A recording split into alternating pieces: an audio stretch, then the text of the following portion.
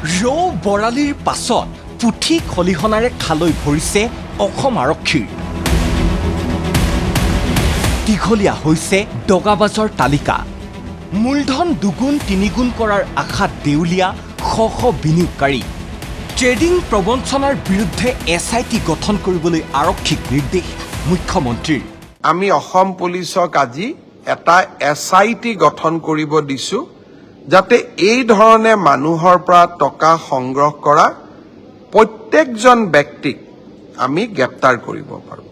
তথ্য প্ৰমাণ থাকিলে সাৰি নাযাব অভিনেতা অভিনেত্ৰী VIP VVIP। পুলিচক মই নিৰ্দেশ দিছো, অভিনেতাই হওক অভিনেত্ৰীয়ে হওক বা আন কোনোবাই হওক, ট্ৰেডিঙৰ লগত জড়িত প্ৰত্যেকগৰাকী ব্যক্তিকে আমি গ্ৰেপ্তাৰ কৰিব লাগিব। এই ট্ৰেডিঙৰ লগত জড়িত ঘটনা যাতে অসমত পুনৰাবৃত্তি নহয়, তাৰ বাবে আমি ব্যৱস্থা ল'ব লাগিব। ৰাজ্যত ট্ৰেডিং এতিয়া ট্ৰেণ্ডিঙত। আনৰ টকাৰে স্বপ্ন বিভুৰ স্বপ্ননীল আৰু বিশাল বাহিনীয়ে নহয়, শেহতীয়াকৈ পোহৰলৈ আহিবলৈ ধৰিছে অনুৰূপ কেইবাটাও কাহিনী। এইটো গোৱালপাৰাৰ শিমলীতলাৰ আফজল হক। বিগত ছমাহ ধৰি আত্মগোপন কৰি আছে আফজলে। শিমলীতলা অঞ্চলৰ বহু ব্যৱসায়ী চাকৰিয়ালক একেই টোপ দি আফজলে লুটি লৈ গ'ল লাখে লাখে টকা। পলাতক যদিও মূলধন ঘূৰাই পোৱাৰ আশাত বিগত ছমাহে ক্ষণগণি আছিল এইসকল বিনিয়োগকাৰীয়ে, কিন্তু শেহতীয়াকৈ ৰাজ্য তোলপাৰ লগোৱা ঘটনাক্ৰমৰ পাছত এইসকলৰো কষ্টোপাৰ্জিত ধন যে পানীত পৰিল সেয়া নিশ্চিত হৈ আফজলৰ বিৰুদ্ধে এতিয়া ওলাই আহিছে বিনিয়োগকাৰী। 70 পৰা 80 লাখ টকা মানে লৈছে। পিছত এতিয়া গোপনীয়ভাৱে আৰু কিছুমান মানুহ হয়তো অহা নাই, ওলাই অহা নাই, হয়তো মেক্সিমাম ধৰক 1 কোটিৰ ওপৰতে। 1 কোটিৰ ওপৰত এই পইচাখিনি আপোনালোকৰ পৰা লৈছিল কি বুলি লৈছিল? কিবা এটা লাভৰ প্ৰলোভন দেখাই পেলাই, মানে লাভ দিয়াৰ এটা প্ৰলোভন দেখাই পেলাই মানে পইচাখিনি লৈছে। মানে আফজলে বাংগালুৰুত বাহৰ পাতি থকাৰ সন্দেহ বিনিয়োগকাৰীসকলৰ। আফজলক গ্ৰেপ্তাৰ কৰি ধন ঘূৰাই পোৱাৰ ব্যৱস্থা কৰিবলৈ আহ্বান আৰক্ষীলৈ।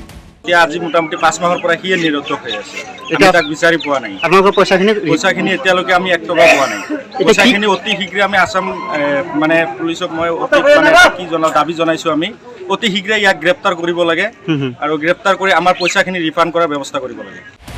ইফালে উত্তৰ অসমত YBY নামৰ এটা অবৈধ এপ যোগে 300 কোটি টকীয়া প্ৰবঞ্চনাৰ অন্যতম খলনায়ক অনিৰাম বসুমতাৰীকো আটক কৰিছে আৰক্ষীয়ে।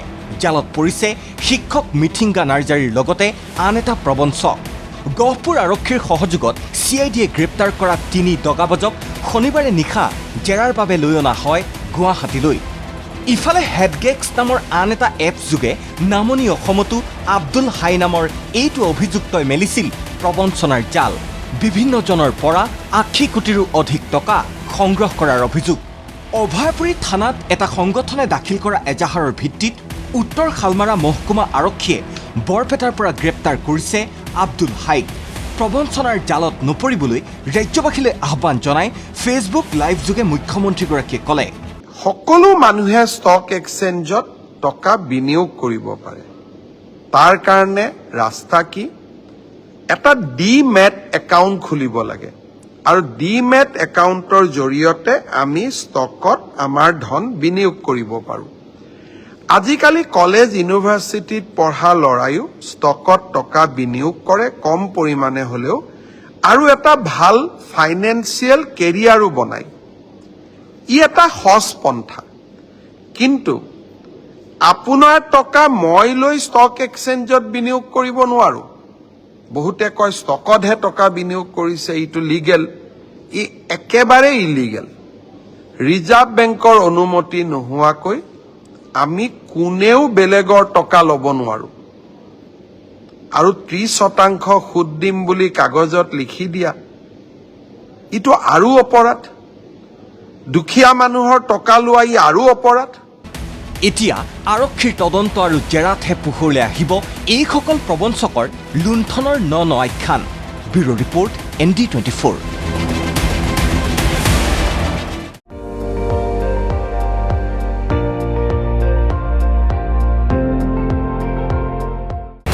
আপুনি চাই আছে ND24, সৰ্বশ্ৰেষ্ঠ নহয়, সৰ্বোত্তমৰ দৌৰ।